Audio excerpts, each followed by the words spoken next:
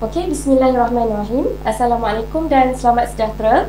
Hari ini kita akan belajar tentang mengenal pasti perkara rumus, subtopik terakhir bagi tajuk algebra bagi pelajar Kolej Vocational semester 3 kohort 2019.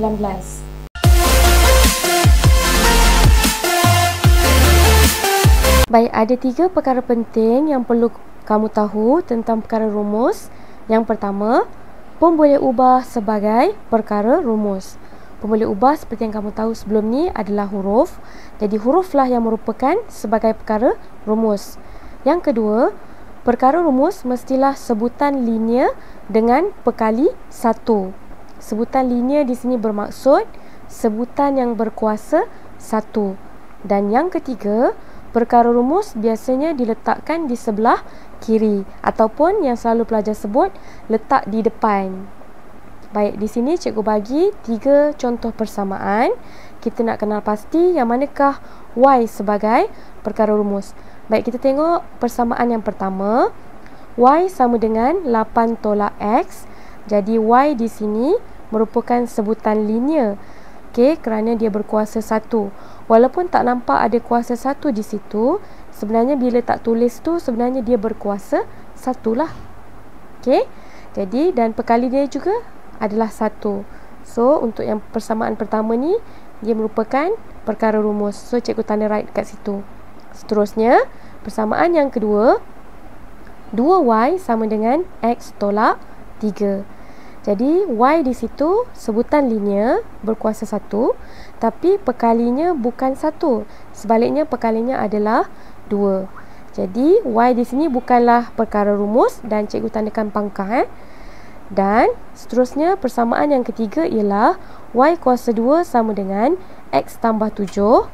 Jadi Y kuasa 2 kat sini dia berkuasa 2 dan definitely dia bukanlah sebutan linear dan bukan sebagai perkara rumus. Jadi cikgu tandakan pangkah di sini. Okey, sekarang kita tengok soalan ungkapkan X sebagai perkara rumus. Soalan yang pertama, X tolak 3 sama dengan Y.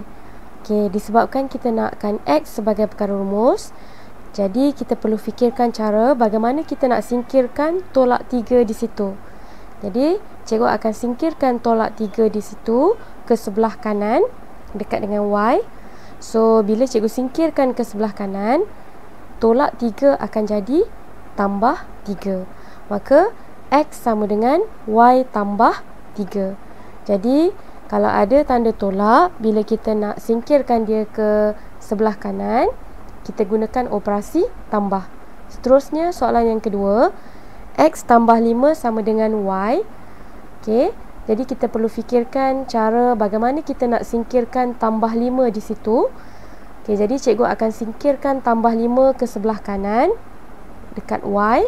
Maka bila cikgu singkirkan dia ke sebelah kanan, tambah 5 akan jadi tolak 5. So, X sama dengan Y tolak 5. Jadi, bila ada operasi tambah, bila cikgu nak singkirkan dia ke sebelah kanan, dia akan jadi tolak. So, di sini operasi tolak digunakan. Baik, seterusnya soalan yang keempat. X per M sama dengan P. Jadi, di sini kita perlu fikirkan bagaimana cara kita nak singkirkan M. Okey. Perhatikan soalan X per M ni bermaksud operasi bahagi di mana kita tulis dalam bentuk pecahan. Jadi cikgu akan singkirkan M ke sebelah kanan dekat dengan P. Jadi bila cikgu singkirkan ke sebelah kanan, dia akan jadi P darab M. Disebabkan per tu, pecahan tu menunjukkan operasi bahagi. Jadi X sama dengan PM ataupun boleh saja kalau kamu nak tulis sebagai MP. Jadi perhatikan asalnya daripada pecahan iaitu operasi bahagi. Bila kita nak singkirkan dia ke sebelah kanan, operasi darab digunakan. Seterusnya soalan yang keempat, H sama dengan 4X. Okey, sekarang perhatikan 4X berada di sebelah kanan. Jadi tadi di awal pengajaran tadi cikgu ada sebut biasanya perkara rumus ditulis di sebelah kiri. Jadi kalau ada macam ni soalan, jangan panik. Okey, cikgu cakap senang je. Kita just tukar jadi macam ni. 4x sama dengan h. So, kita tukar tempat kedua-duanya, di mana bila kita tukar tu dia masih lagi persamaan yang sama dan tak merubah apa-apalah. Setuju? Okey, jadi bila dah 4x berada di sebelah kanan, okey, kita perlu fikirkan bagaimana cara kita nak singkirkan 4. Okey, memandangkan 4x terhasil daripada hasil darab 4 darab x. Jadi, bila cikgu nak singkirkan 4 ke sebelah kanan, okey, dia akan jadi h bahagi 4, ataupun kita tuliskan sebagai bentuk pecahan h per 4. Maka x sama dengan h per 4. So di sini operasi bahagi digunakan. Jadi kalau darab, bila kita singkirkan dia ke sebelah kanan, dia akan jadi bahagi. Soalan seterusnya ialah ungkapkan y sebagai perkara rumus. Jadi ini adalah soalan yang kelima. Soalannya, punca kuasa 3y sama dengan a. Okey, jadi perhatikan di sini ada punca kuasa 3. Kita perlu fikirkan bagaimana kita nak hilangkan punca kuasa 3 di situ. Baik, bila kita nak hilangkan punca kuasa 3 adalah dengan meletakkan kuasa 3 pada punca kuasa 3 y tersebut. Okey, bila punca kuasa 3 bertemu dengan kuasa 3, maka dia akan jadi neutral lah. Okey, dia akan hilang punca kuasa 3 tersebut. Okey, jadi bila kita dah letakkan sebelah kiri ada kuasa 3, sebelah kanan dekat A tu pun kita perlu letakkan kuasa 3. So, dia akan jadi y sahaja sebab dah terneutral punca kuasa 3 dengan kuasa 3 tersebut. Maka y sama dengan A kuasa 3.